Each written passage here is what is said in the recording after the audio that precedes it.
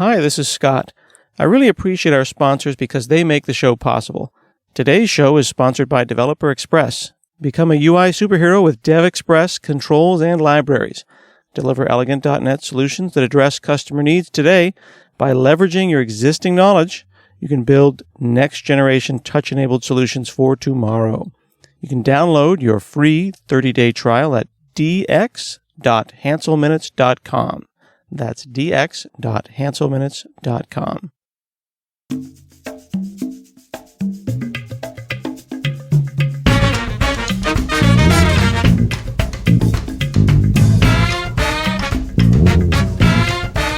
Hi, this is Scott Hanselman. This is another episode of Hansel Minutes, and today I'm talking with Rachel Nabors. How are you? I'm doing great. How about you, Scott? I am lovely, and I'm happy to talk to you. The last time we did a podcast was about 3 years ago. Oh my gosh. And, yeah, you were doing CSS consulting, and you were speaking all over the world, and the web was a different web. I think it was a little bit of a different web 3 or 4 years ago. And I'm looking at your blog under rachelnabors.com/about at all your interviews and your workshops and your conference schedule. You're doing a lot of really fun stuff. I sure am. Although now I am stepping back into more of a making things role again, which pleases me greatly. Yeah, absolutely. I think we all feel better when we're making stuff, and then we kind of go back and forth between making stuff and talking about stuff and making stuff and talking about stuff. It's true. You have to have something to talk about. Otherwise, what are you doing up there? Mm-hmm. And back in the day, it was 3 years ago we talked, but you've been doing the web for many, many, many years. You had a thought about a book, and then this book is now out here in 2017, and you wrote this article about it on your site, Animation at Work, and you called the article, "The Web Animation Book I Wish I'd Had 5 years ago." It's yours. You've written a book. Congratulations. Thank you so much, Scott. It's been a lifelong dream of mine to write a book, especially with my favorite publisher, A Book Apart. It's like, these are the books that I grew up on. So it just thrills me utterly to finally have published with the publisher whose books helped me through my very first foray into front-end development.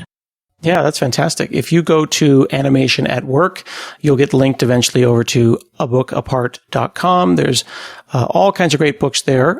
They call the website Brief Books for people who make websites. And your book is there. And of course, you've also been so kind as to make a coupon for people who are listening to the show. Yes, you can get 10% off with Hansel. That's all caps, HANSEL, named for our good host here. You can get 10% off the book. And if you decide you would like to take some awesome courses on, say, CSS animations and transitions, or how to put practical cartooning skills to work in your daily communications, you can get 10% off with that same HANSEL coupon code at courses.rachelnabors.com. That's pretty fantastic. And the course, particularly on CSS animation, has a lot of stuff going on. It's, lots and lots of videos and practical understanding about how CSS animation, sequencing, performance, all those things fit together into an effective animation. Absolutely. I like to say that it's the perfect partner to the book. The book is all about the theory and the how. Well, not the how. The book is all about the theory, how the human brain processes animations, visual input, period, and when it's appropriate to use them in your web and web app designs. Or actually, I know some people who've been putting these lessons to work in their app development and even their slide deck development. So it turns out what I wrote was actually a lot more useful than I anticipated. There's even great stuff in here about how to normalize animations across a system so that you can incorporate them into your style guides and design systems. Mm-hmm. One of the things that I was impressed about, and I know that this is a thing that A Book Apart cares about and that you care about, is that the book is very affordable. It's an $8 ebook, but it's still got a lot of detail. Was it hard to decide to do an ebook that was that inexpensive as opposed to like a $50 giant, like the Web Animation Bible, smack? So glad you asked me that, because originally when I was like, I'm going to write a book, it is about everything I have ever known about animation and extra research included. And that was the book that I pitched A Book Apart. I was like, I want to write the tome. And they came back and they were like, not for us, sorry, but if you'd like to know why, we're happy to talk with you. And of course, I was all heartbroken and no, my submission was rejected. Why would they do that? But anytime people give you a negative reaction or the reaction you don't want, that is an opportunity to learn something. So they were offering to talk to me, spend their time on me for free to tell me something about why they'd made a decision. And I was like, I got to get in on that. So I was like, tell me, I want to hear what it was about this that wasn't floating your boat. It might help me make this an even better submission package for another publisher, or might help me write it and self-publish it even better. So I reached out to them and we had a long conversation. It turns out all of their issues with the book were actually my issues too, because by the time I had finished writing the submission package, I was like, maybe I don't want to write the big book of animation because there's still so much undiscovered out there. There's still much research that needs to be done. There's still many people who are going to accomplish great things and are going to have great things to say. Who am I to come in and be like, I have all the answers right here, right now? That would be a little premature. In fact, I've even seen some folks who end up in an industry being set up as an expert. They make big claims early, and then later on, we learn better, but their claims are still held up because they were put out there first. So misinformation can have a lasting effect in a community. And I really didn't want to add to that. I wanted to make sure that I was actually covering what we know now, what I'd learned from working in this field for 5 years, and set the stage for us to move on to other greater things down the line. Mm-hmm. One of the other things that I like about the book is that it's not necessarily just a list of CSS properties and stuff, although it does talk to you about like the anatomy of a web animation. You talk about easing and duration and things like that. But you talk about like why we do animation in the first place and like why does the brain work the way it works. And you talk about something interesting that I had never heard of, change blindness. Oh, yeah. So change blindness often happens to those of us who work at computers because we're staring at this one focal point for so long that things can be happening left or right, and we might not actually notice that they are occurring. If you've ever had your spouse or someone have to wave their hand in front of your face while you've been working, probably because you didn't notice them out of the corner of your eye. People can become change blind. They don't notice when something is moving or changing in their peripheral vision. So you have to catch their attention, often by increasing something's animacy or how alive it appears. So if someone's staring at a screen and you want them to look in a bucket or at an icon or something, you might shake that icon or cause it to expand and contract to kind of pop them out of that tunnel vision and attract their attention over to something else. We've seen this a lot with those horrible shaky ads from back in the 90s. I try to forget as much of the 90s as possible, including most of the animations that were written in Flash in the 90s. So I'm going to have to apologize for that one. It's okay. I think we were all scarred by those. It was a difficult time for all of us, I'm afraid. But gotta say, like the Flash developers, even though Flash is dead, I keep meeting them running really wonderful interaction agencies around the world. So yeah. I hope that their spirit and their cleverness transforms in different locations throughout the industry. Yep, exactly.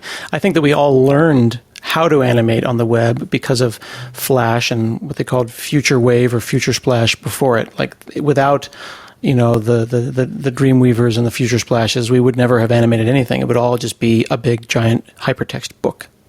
Absolutely. And I don't know about you, but this is the internet.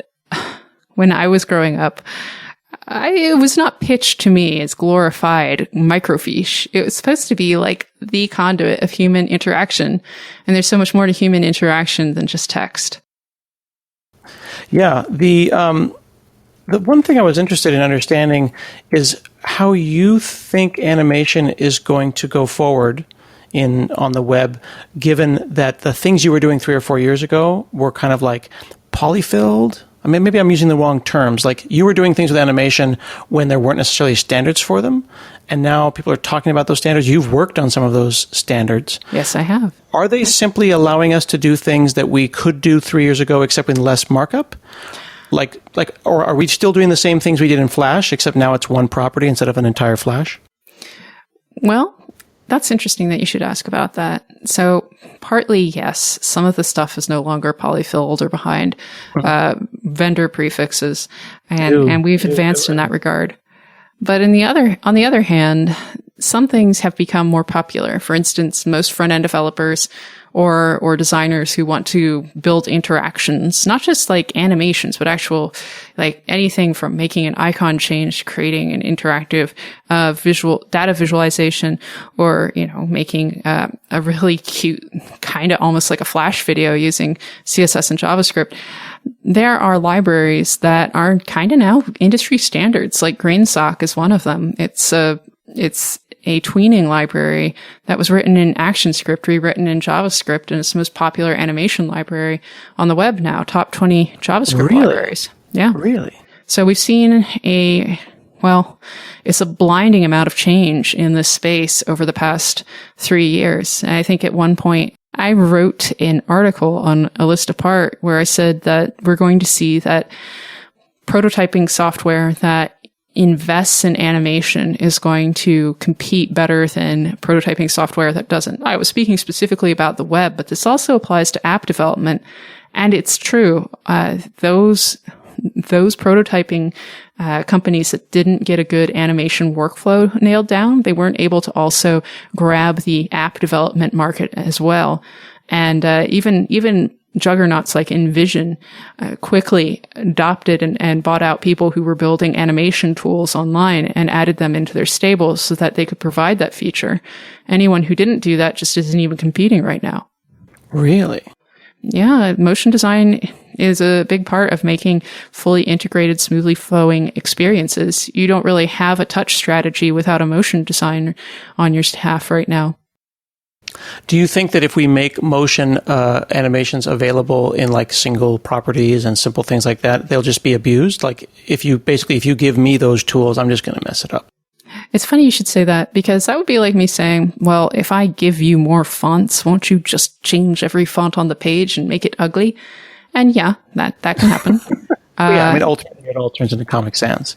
But eventually people, let's put it this way.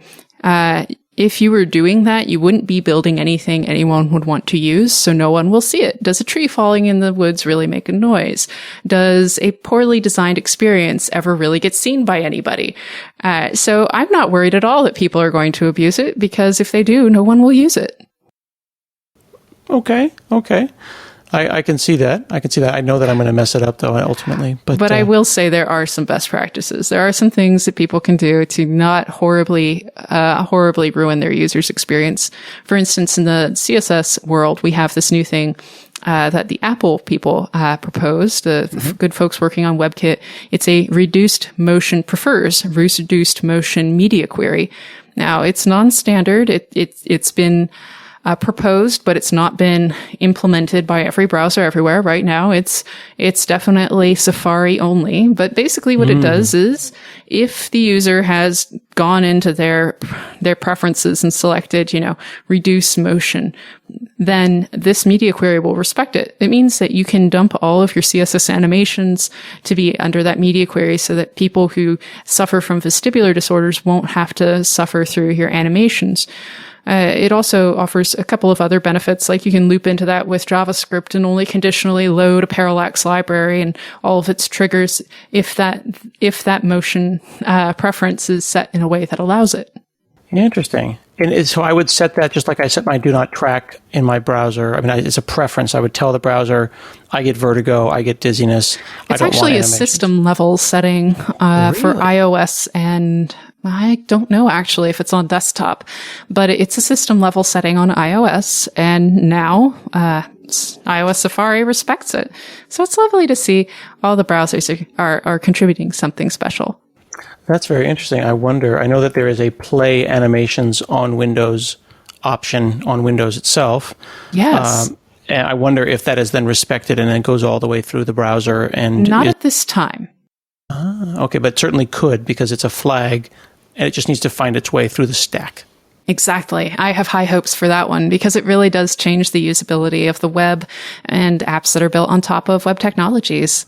Yeah, I definitely noticed the one in iOS that's like, use less motion. I don't know if it uses no motion, but it's like, don't use the motion that's going to give me vertigo. Okay, right. Interesting. And that feeling of vertigo is what we call, I may have used a word that some of your audience members are like, what? Vestibular disorder. It's a thing where your vestibular system is the thing that controls your sense of balance. And when it goes out of whack, and it involves your eyes, it involves your ears, it involves a lot of different parts of things. And when it gets a little out of whack in any particular way, everyone's a little out of whack in a different way if they're suffering from a vestibular disorder. You can feel vertigo from things like parallax motion, where things in the foreground are moving faster than things in the background, which is very popular in design right now.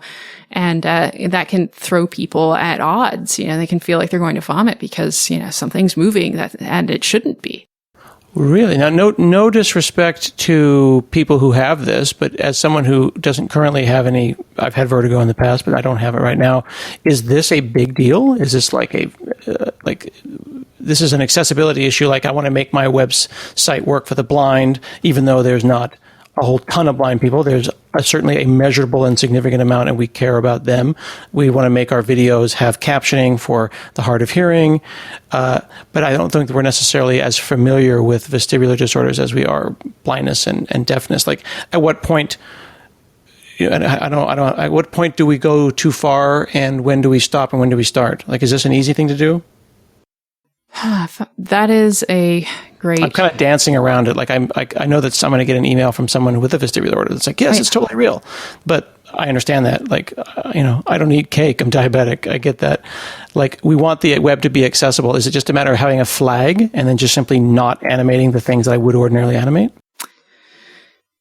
Well, the media queries are a way to do that. But right now, the problem is that not everybody, that is to say everyone but Safari at this time, doesn't support them. So your other option is to do something like what I did with this project I did with Mozilla back in the day. Show off Firefox's excellent and they're still best-in-class web animation tools. You should totally check out devtoolschallenger.com. This was such an exciting project. It was, we had 5 weeks and there were just 5 of us. And I was like lead creative director person and chasing down awesome illustrators all over Portland. We got these beautiful deep sea fish and it's a tutorial for how to use the tools. But you'll notice that there's also a call to action on the page. It's like to turn off the animations. It's right there with the turn down the sound option.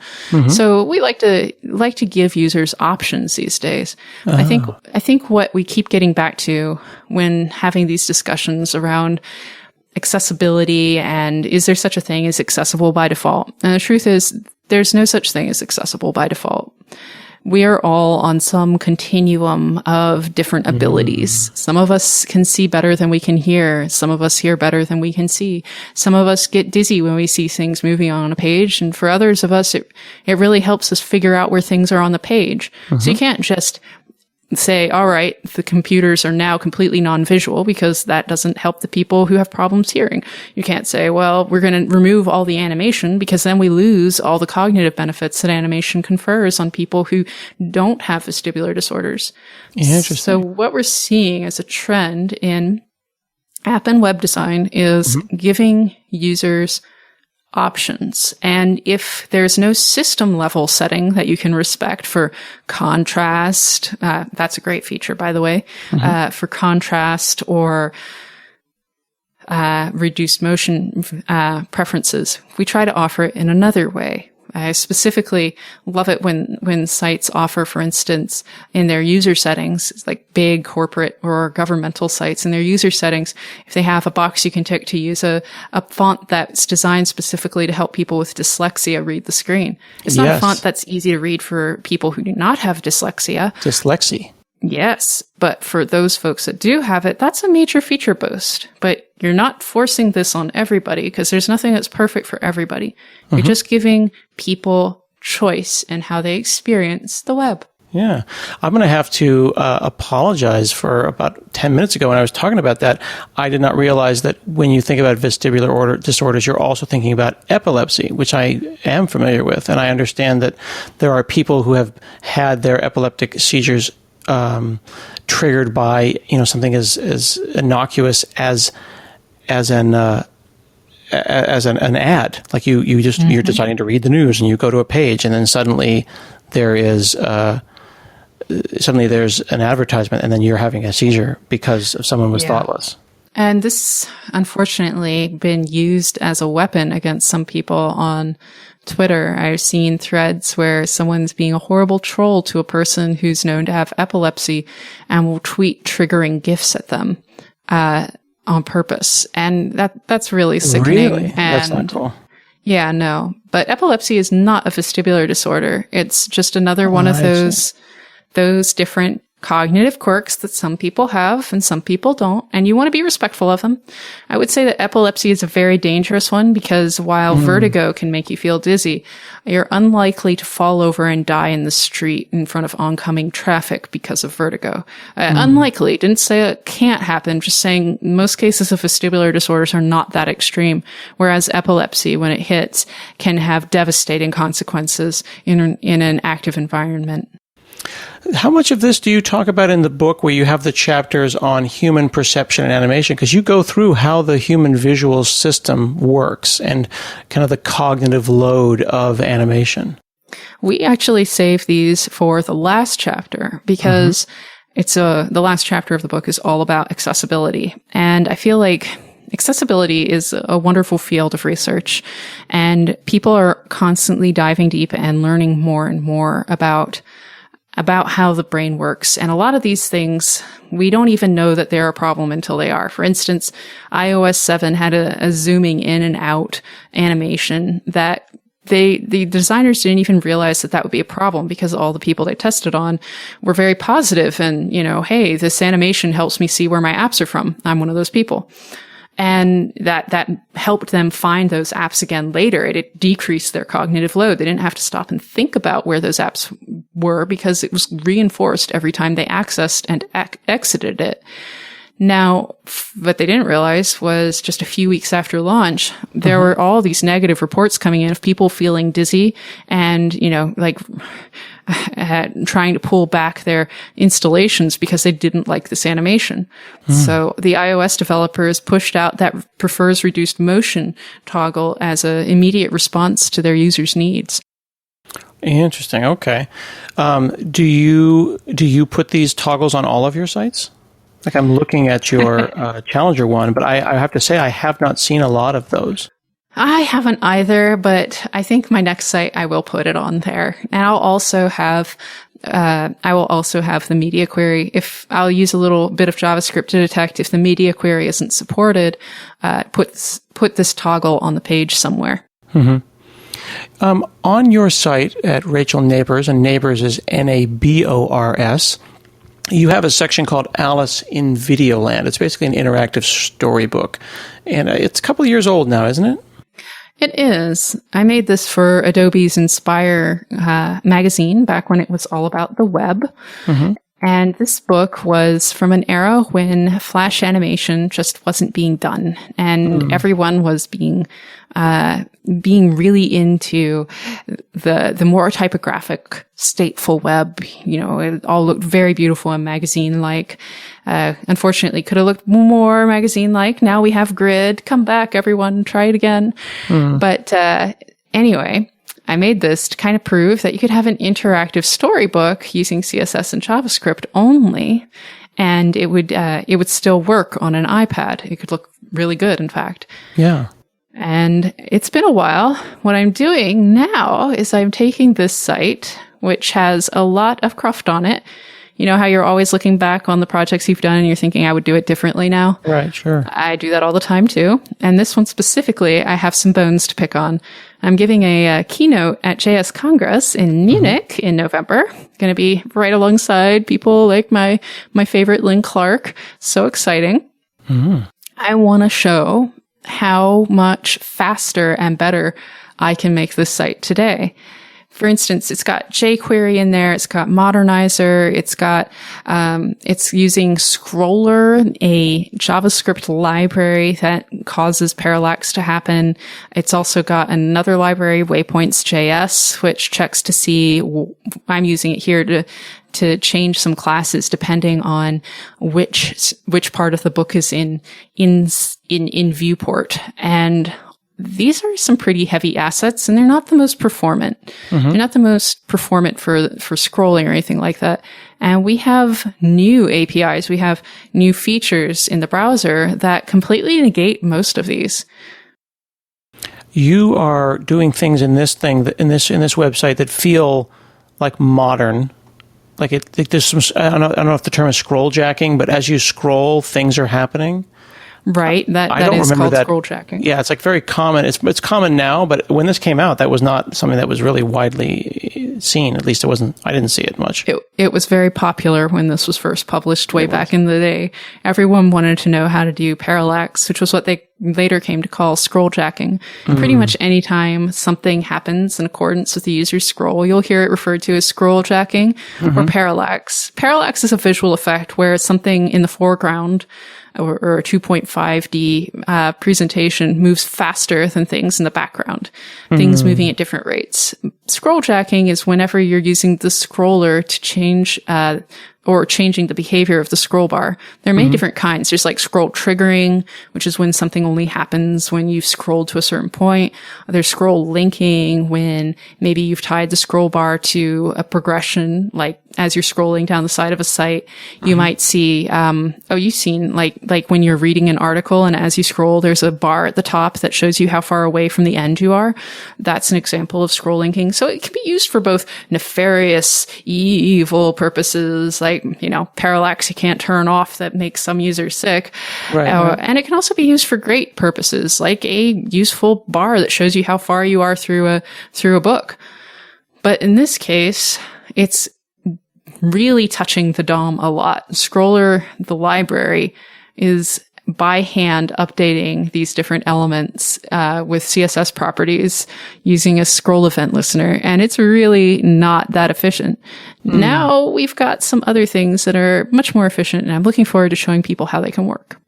I'm looking at Alice, and her eyes having like an idle animation, and she's sitting on a park bench, and I think maybe you are sitting next to her reading JavaScript for Designers. That is not me. That is her older sister. I only wish I looked that cool. Okay. And I noticed that there's some jQuery on the site. Are you animating her eyes with CSS or with JavaScript at this point? With CSS. The bulk of the animations on here are CSS driven. The only time I use any JavaScript to drive animations is when I'm changing classes to change her mood as she's falling down the rabbit hole. And also for the parallax effect, where her descent down the rabbit hole is controlled by your scroll position. Oh, okay. Because I'm scrolling, and like you say, the background is going fast. It's almost like gears on a bicycle, where I'm moving my scroll wheel at a constant speed. She's at one gear, and the background is at a much lower gear. Right. And you'll notice that she's also changing as you scroll down. Yeah. That's because the class on her container is changing. It's changing her background position attribute. So what I would do to do that today is I would be using intersection observer to check to see which mood she should be having instead of using waypoints, which has to listen to a bunch of scroll events. Intersection Observer is an interesting API. It was created largely because people wanted to optimize the behavior of ads. But of course, the first thing that was going to happen was it was going to be co-opted by creative coders and interaction developers as well. So it's very useful in that regards. It tells you when two elements on the screen have intersected, and you can use it to listen for all kinds of things. I've seen it being used in systems to check to see when something has fully loaded. I'm using jQuery on here to check to see when the page is loaded, but I could also use Intersection Observer to just see when all the images have intersected with the window. I've seen it being used also to help with getting just the most important CSS that you'll see. That's just above the fold, the stuff that must be loaded first. I've seen Intersection Observer used in automated systems to just find that CSS that applies and then just spit that out separately as a style sheet that can be embedded in the page for faster performance. So forgive my ignorance on this one here, but I see SVG in some of the CSS where it's like background URL something SVG. Yeah. I see inline SVG where you can actually see the points and the data directly, the array of the data points. And then I also see what I'm assuming is SVG in a base 64 encoded giant data : image island. So I have 3 different ways to be doing SVG. Is there a reason for that? Wow, you're paying attention. I am sure I had my reasons. I don't actually remember. Where are you seeing the base 64? You got to tell me. I am in style.css. Yeah. So I've gone to Alice in Videoland and I've clicked on line 13, style.css. And I think I know. I see cups and I see saucers. And, it's a non-trivial amount of base 64 stuff. So now there's 3 different ways to load your SVG. There's inline in the HTML. There's loaded in as an external resource in the CSS. And then there's base 64 in the CSS. So I'm curious why that was. And then more interestingly, how you would do it in today.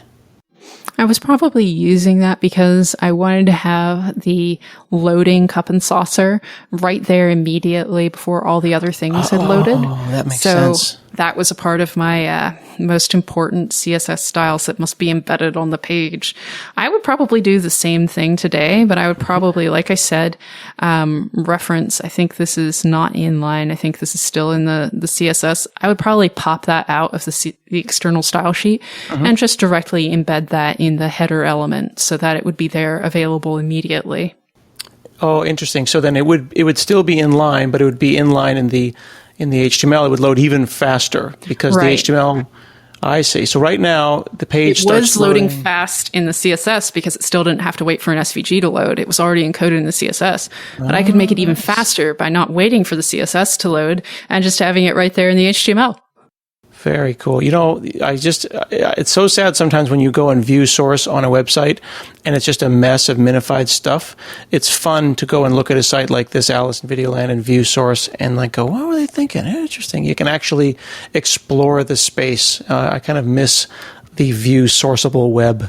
I do too. And, I started working for myself about 5 years ago. I don't work for myself anymore. I enjoy working for other people from time to time. Yeah. But I remember working for myself, we still sometimes would build sites like this. And now we have so many processes to optimize. We have entire tooling pipelines to optimize delivery. It's impressive. I mean, it's great, but it's also, I wish we would also just build lighter weight sites by default. Says the lady who loves building interactive experiences on her weekends. Absolutely.